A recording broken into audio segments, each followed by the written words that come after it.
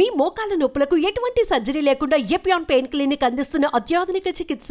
Colon cancer అనేది రెండు రకాలుగా ఉంటుంది. రైట్ సైడ్ కోలాన్ క్యాన్సర్ లేదంటే లెఫ్ట్ సైడ్ కోలాన్ క్యాన్సర్. ఈ కోలాన్ క్యాన్సర్ యూజువల్లీ ఎవరిలో ఎక్కువ వస్తుందంటే స్మోకర్స్ లో ఎక్కువ వచ్చే ఛాన్స్ ఉంటే, ఎవరైతే రెడ్ మీట్ కన్జ్యూమ్ చేస్తారో లేదు అంటే ఫ్యాటీ ఫుడ్ తీసుకుంటారో వీళ్ళలో ఎక్కువ వచ్చే ఛాన్స్ ఉంటాయి. లేదు అంటే కొంతమందికి జెనెటిక్ సిండ్రోమ్స్ ఉంటాయి. హెరిడిటరీ పాలిపోసిస్ అంటాము. పేగులో చిన్న చిన్న గుల్లలా తయారవి పాలిప్స్ అంటాం. దాని నుంచి క్యాన్సర్ తయారయ్యే ఛాన్సెస్ కొంతమందికి ఉంటుంది. సో దీనిలో వచ్చే మోస్ట్ కామన్ ఏంటి అంటే హెచ్ఎన్పిసిసి సిండ్రోమ్ అంటాం. ఈ సిండ్రోమ్ ఉన్న పేషెంట్స్ కి కోలాన్ క్యాన్సర్ కానీ, బ్రెస్ట్ క్యాన్సర్ కానీ, యూట్రైన్ క్యాన్సర్ కానీ ఎక్కువగా వచ్చే ఛాన్సెస్ ఉండొచ్చు. ఇంకోటి ఏంటంటే ఎఫ్ఏపి సిండ్రోమ్ అంటాం. ఎఫ్ఏపి అంటే ఇది స్టమక్ నుంచి small intestine Legion, large intestine మొత్తం అంతా చిన్న చిన్న గుల్లలాగా తయారవచ్చు. సో దీన్ని ఎఫ్ఏపి సిండ్రోమ్ అంటాం. ఈ రెండు most common causes of colon cancer. ఇంకా మైనర్ సిండ్రోమ్స్ కూడా ఉన్నాయి, బట్ అవి అంతా కాంట్రిబ్యూట్ చేయవు కోలాన్ క్యాన్సర్ కి. సో ఇవి రెండే మేజర్ కాంట్రిబ్యూటర్స్ అన్నమాట. సో లక్షణాలు ఎలా ఉండొచ్చు? ఇనీషియల్ గా చిన్న ఎర్లీ స్టేజెస్ లో ఉన్నప్పుడు, చిన్న గుల్లలా ఉన్నప్పుడు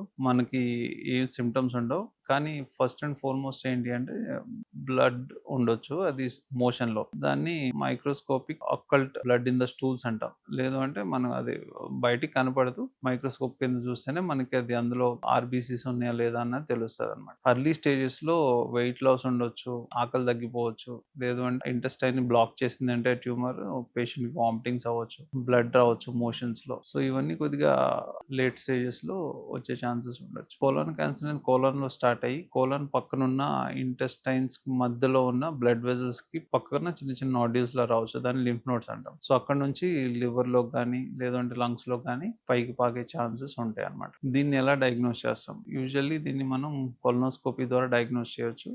మోషన్ ఏరియా నుంచి స్కోప్ లాంటిది పాస్ చేసి ట్యూమర్ ఎక్కడుంది, పాలిప్స్ ఎక్కడుంది చూసి దాని నుంచి అవసరం అయితే చిన్న బయాప్సీ లాగా కలెక్ట్ చేసుకోవచ్చు. ఎర్లీ స్టేజెస్ లో చిన్న పాలిప్స్ ఉన్నప్పుడు పాలిపెక్టమీ చేసి మనం క్యాన్సర్ అయితే క్యూర్ చేసుకోవచ్చు.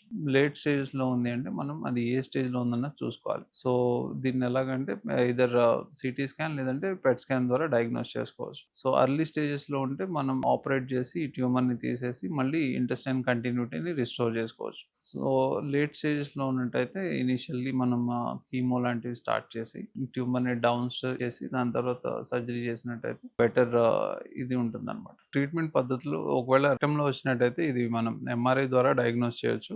ఏ స్టేజ్ లో ఉందో చూసుకొని ఇనీషియల్ గా కీమో రేడియేషన్ ఇస్తాము ఎవరికంటే అడ్వాన్స్ స్టేజెస్ లో ఉన్న వాళ్ళకి. లేదు ఎర్లీ స్టేజెస్ లో ఉన్నట్టయితే మనం లో యాంటీ రిసెక్షన్ లేదా అల్ట్రా లో యాంటీ రిసెక్షన్ అనే సర్జరీ పద్ధతి ద్వారా ఈ రెక్టల్ క్యాన్సర్ అనేది తీసేసుకోవచ్చు. లేట్ స్టేజెస్ లో ఉన్నట్టయితే కీమో రేడియేషన్ రెండు కంబైన్డ్ గా ఇచ్చి ట్యూమర్ ని డౌన్ స్టేజ్ చేసి దాని తర్వాత సర్జరీ అనేది ప్లాన్ చేసుకోవచ్చు. సో ఇది రెక్టమ్ కాకుండా కోలాన్ లో ఇంకా వేరే అదర్ ఏరియాస్ లో వచ్చినట్టయితే మనం కోలాన్ ట్యూమర్ చిన్న ఏరియాకి 10 సెంటీమీటర్స్ అటు 10 సెంటీమీటర్స్ ఇటు, లేదు అంటే రైట్ సైడ్ వస్తే రైట్ హెమికోలెక్టమీ అంటాం, లెఫ్ట్ సైడ్ వస్తే లెఫ్ట్ హెమికోలెక్టమీ అంటాం. ఈ క్యాన్సర్ పద్ధతి ద్వారా మనం ట్యూమర్ అనేది తీసేసి మళ్ళీ ఇంటెస్టైన్ కంటిన్యూటీ అనేది స్టోర్ చేసుకోవాలి. దీంతో పాటు అది ఎక్కడెక్కడైతే ఏరియాస్ కి అయితే స్ప్రెడ్ అవుతుందో, సపోజ్ లింఫ్ నోడ్స్ ఉంటే ఆ లింఫ్ నోడ్స్ తీయటం, ప్లస్ పక్కనున్న ఫ్యాట్ కానీ వెనుకున్న కిడ్నీ కానీ ఏమైనా పాకినా సరే వాటితో పాటు ఆ ఏరియాని కూడా తీసేస్తే మనం కంప్లీట్ గా క్యాన్సర్ అనేది బాడీ నుంచి తీసేసినట్టు అవుతుంది.